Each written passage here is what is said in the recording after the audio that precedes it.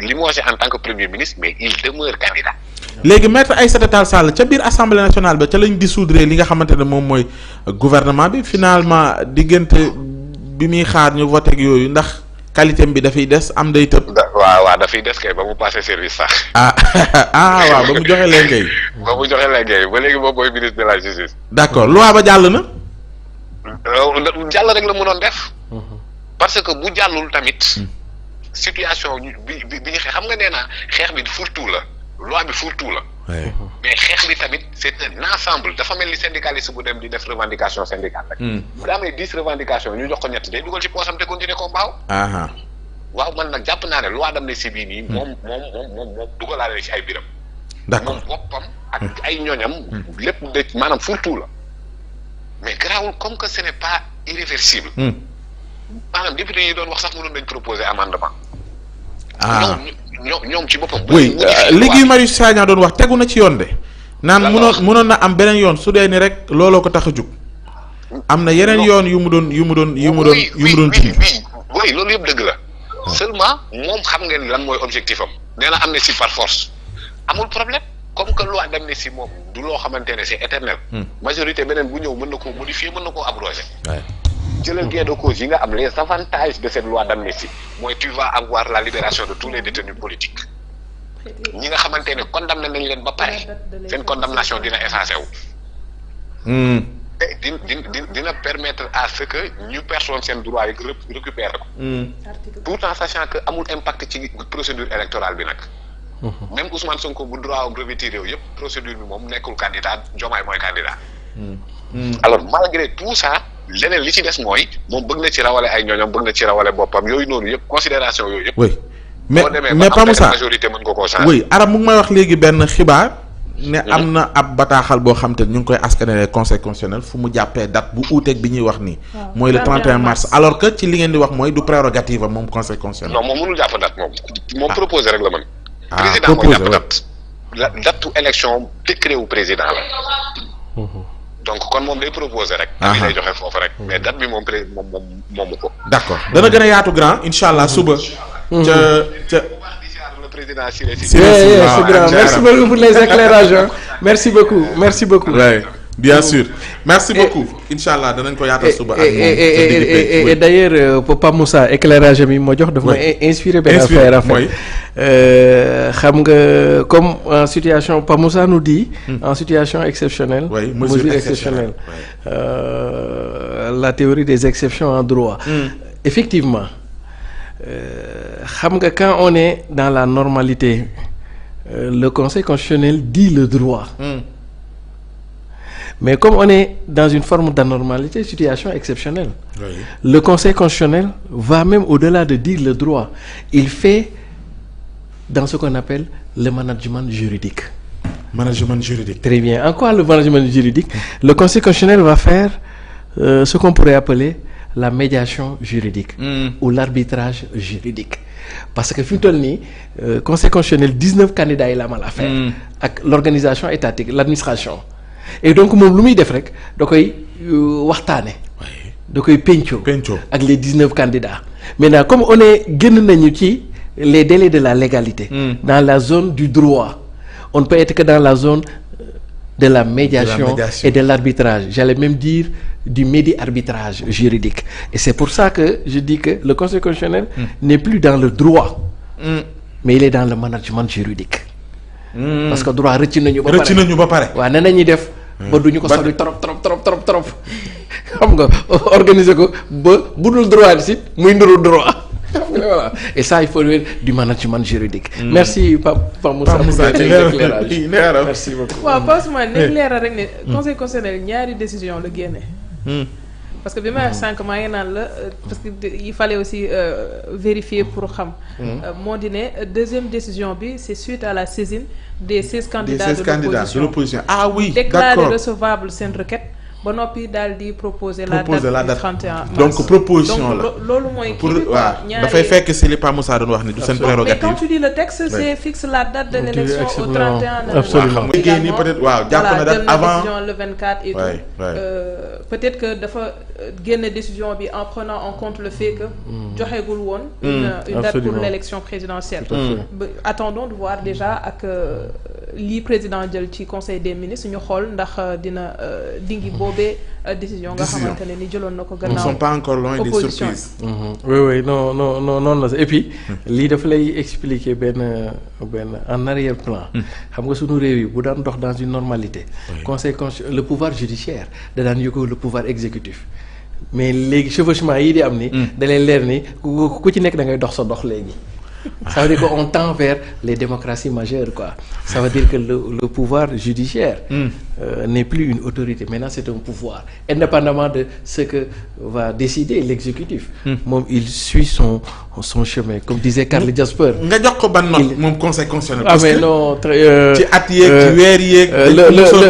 le conseil constitutionnel aura été le plus grand gagnant de tout ce tohu-bohu politico-juridique ak loo ko mënti xalaatee.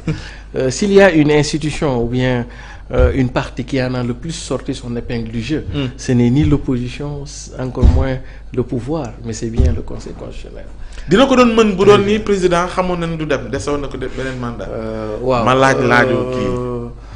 non yaakaaruma ko c'est-à-dire que dafa am pour man sax waaw laaju non da lay dugal Ousmane dafa garaaw de Ousmane aka garaaw ma comprendre Ousmane xamul ni man damay nekk Saraba daal leen team Sénégal di gis ni muy ruubee gars yi quoi ma naan booy bii aka garaaw kii moo tax bu may jógee Saraba ñëw damay takku diw xoolal débat bi fi mu ne dama takk téere ba fii di la def nii rek léegi da ngay léemu sax léegi damay léemu dalay dër ji sinon Ousmane da lay dugal et puis xoolal effectivement c'est là où l'important c'est-à-dire que dafa am benn affaire bu xew Sénégal te gars yi bàyyiwuñ ci xel dépassé na sax Macky Sall ay troisième mandat c'est une révolution silencieuse au Sénégal et cette révolution silencieuse là a traversé toutes nos forces vives lay bax ca justice mooy bax ca force de défense sécurité mooy bax université mooy bax secteur économique mooy bax secteur privé mooy bax ci Sénégal maanaam cette révolte intérieure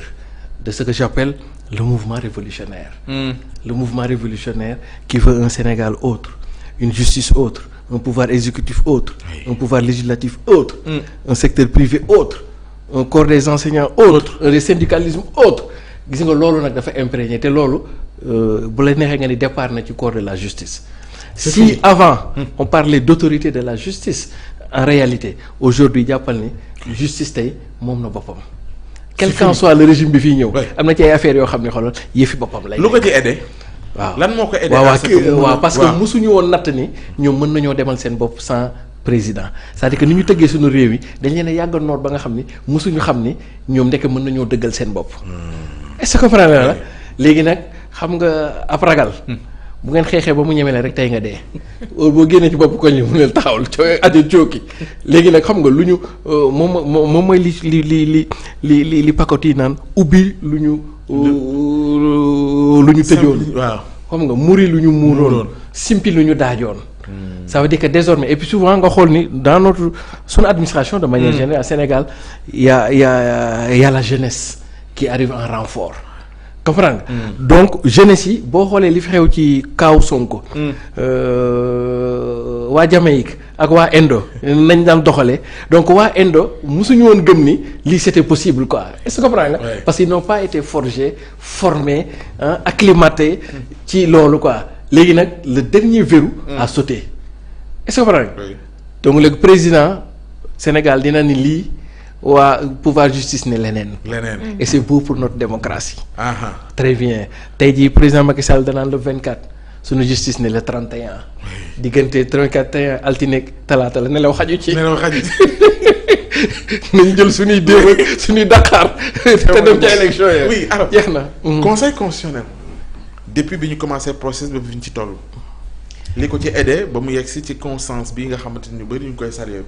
Pour la première fois ci li ma fekkee ñaañu ñu en tout cas conseil constitutionnel ci lii lu mooy ci processus parrainage beeg yooyu waxuma spolié yeeg yooyu quoi mais ci rendre décision ci fi ñu ci toll ne est-ce que jàpp nga ni satisfecit bi Siré di junju que cette fois-ci mën nañ leen tàccu. dañ fi bokk émission ak Marc Siré ci su ma juumul début d'année bi xaw ma dernier numéro avant ñuy dugg ci année bi et boobu moom mi ngi wax ne xëy na ñun ñoo yàqamti mais conseil constitutionnel bi mu gis moom dina écrire l'histoire dina def de telle sorte que réew mi ci li ñuy yaakaar ñu nar a dem ci ay guuta ñun ñoo yàqamti mais su jotee à temps réel dina wax moment bu mu war a waxee foofu la sama xel demaat bu muy wax sànq ak bi may dégg la décision du conseil constitutionnel politique yi ñooy wax et puis ñun également journalistes ñu ngi ci plateau peut-être qu'on est impatient ñu bëgg a xam président wax na lii de l'autre côté on nous dit ça ñu ngi dégg ay écho fii et fa donc je pense que à un moment donné les gens étaient en train de se dire est-ce que finalement li ñuy wax politique yi di étiquette boo xam ne dañ leen koy tegal ci chaque fois ñoom seeni bopp seeni mbir seeni intérêt la ñuy lijjanti conseil constitutionnel ndax duñu ko yóbbaale foofu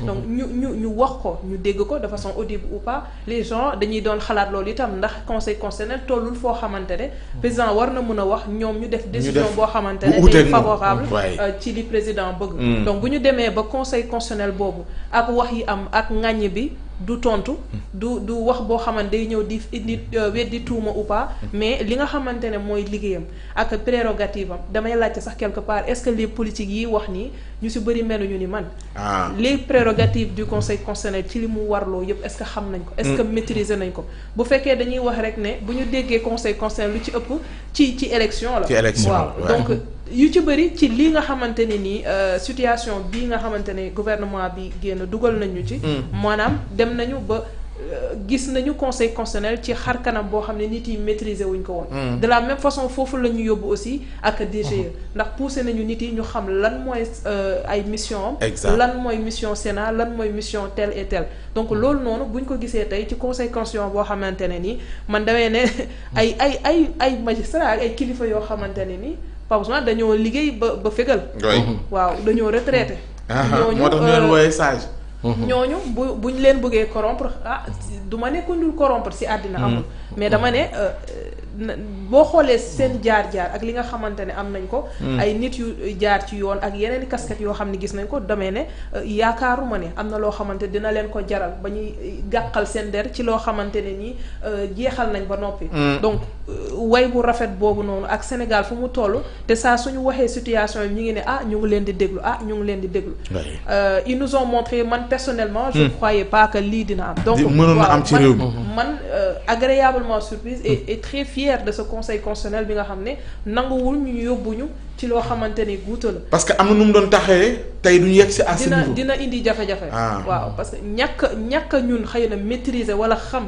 ñoom seen sacerdoce bi ñu gàddu fan la toll moo tax xëy na ñun ñuy am jiixi jaaxa ci naan war na mën a waxee nii war na mën a waxee nii mais ñii ñu gis nii tey wane nañ ni ils n'ont rien à perdre ils n'ont rien à prouver et que toll nañ foo xamante ne ci àddina li ñu war a defal mooy bàyyi Sénégal woy wu rafet mais pas nekk di doxal boo xamante ne nii politique yi war na tax ñu yàq ko te ñoom li Siré doon wax seen mandat tënkuñu ko ci bu président tënkuñu ko ci bu askan bi donc dañ leen fi fal teg leen certes bu seeni liggéey bu ñu koy doxal am na loo xamante ne nii ñu ngi koy mate donc encore une fois chapeau au conseil constitutionnel. Absolument d'ailleurs sax dama bëgg a yokk ci li Aram wax Aram bi muy wax tellement maa ngi koy déglu ko daf ma inspiré à faire tu sais Aram dans le cadre de l'émission est la muse qui inspire tout le monde bu la neexee nga ni conseil constitutionnel toj na xew mi conseil constitutionnel toj na xew mi gis nga tey jii bu ñu woowoon Aji Gana Diop ne ko Aji Gana Diop koo di liital opposition mu ni déedéet man de waxuma kooku ñu ne ko Aji Gana koo di liital pouvoir mu ni déedéet waxuma kooku nga ni Aji Gana koo di liital conseil constitutionnel mu ni la cam wuy sama kooku lay liital tey conseil constitutionnel a été le plus grand vainqueur ci loolu xam nga lu tax conseil constitutionnel defal na Macky Sall li mu bëgg